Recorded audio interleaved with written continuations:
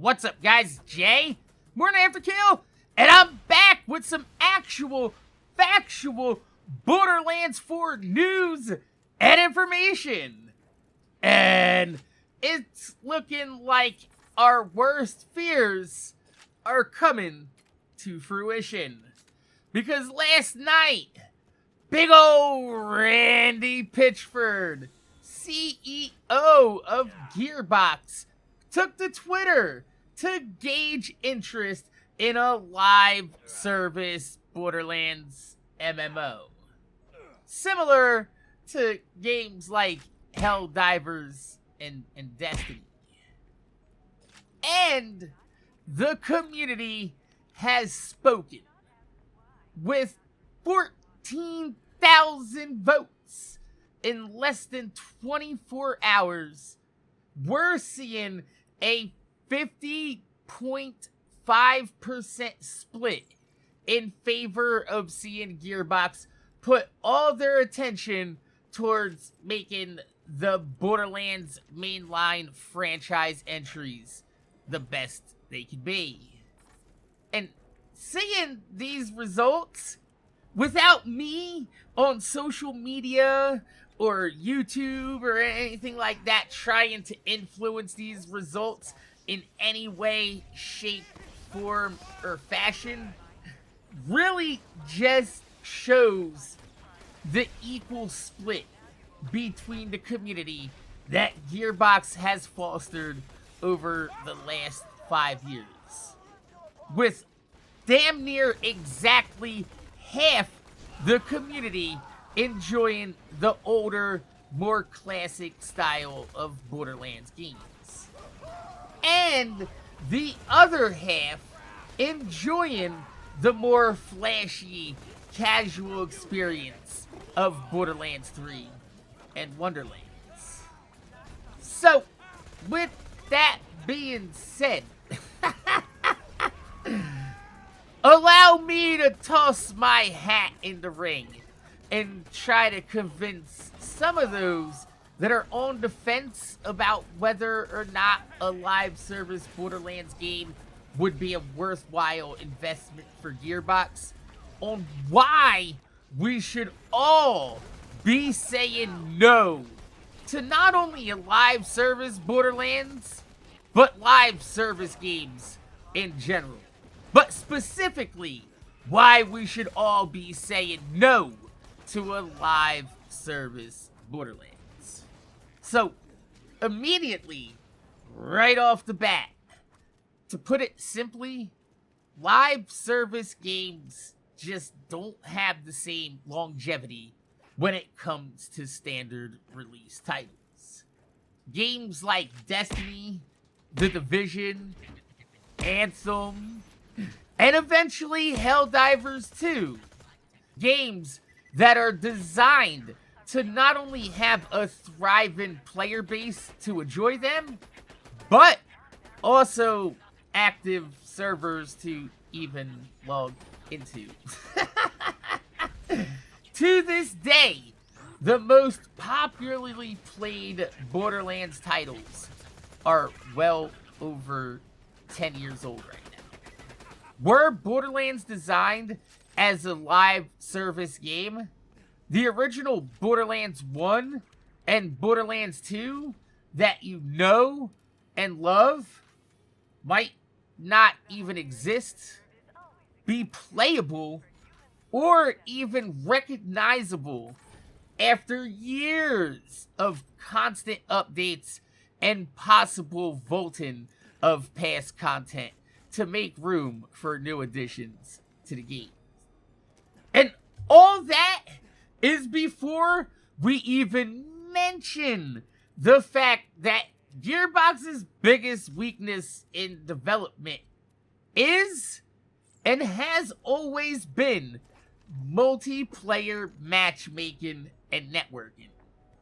Gearbox has never, and I'm not even joking about this, Gearbox has never released a game that didn't have awful network coding. Going all the way back to Duke Nukem Forever, Borderlands 1 initially had to rely on GameSpy servers for networking, which eventually were shut down and took Gearbox 6 damn months to get Borderlands 1 multiplayer working on Steam! Borderlands 2 multiplayer is still laggy to this day and features no matchmaking filters for the overpower levels. Battleborn launched with matchmaking that would sometimes take over 10 minutes to find a suitable peer-to-peer connection in a game that was designed to be a competitive multiplayer experience. And this goes all the way up to Borderlands 3, which still, to this day, has awful network lag and desyncs in multiplayer. Rubber banding pretty hard if you try to ride in a vehicle when somebody else is driving, and even crashing people's games on console if too many people enter a menu at the same time. Could you imagine 15 people in a sanctuary-like tower from Destiny, and like 10 of them all go into their menus, and the entire game just crashes for everybody that's logged into that instance of sanctuary? It's all very reminiscent of the failed Borderlands MMO that was launched in China. I'm not even joking. That actually happened.